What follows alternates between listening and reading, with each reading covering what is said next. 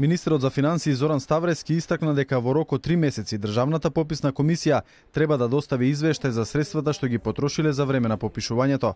Во Законот за попис е предвидено Државната комисија за спроведување на попис во период од 3 месеци да подготви извештај за вкупната реализација и за износот на средства што е потребен за реализација на пописот.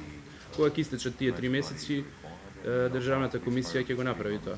Инаку за пописот беа предвидени 14 милиони евра, а истиот се прекина со поднесувањето на колективна оставка на сите членови на Државната пописна комисија, кои што истакнаа дека доколку продолжел нема да се добијат релевантни податоци поради тоа што одредени законски норми не се спроведувале подеднакво на целата територија на Република Македонија.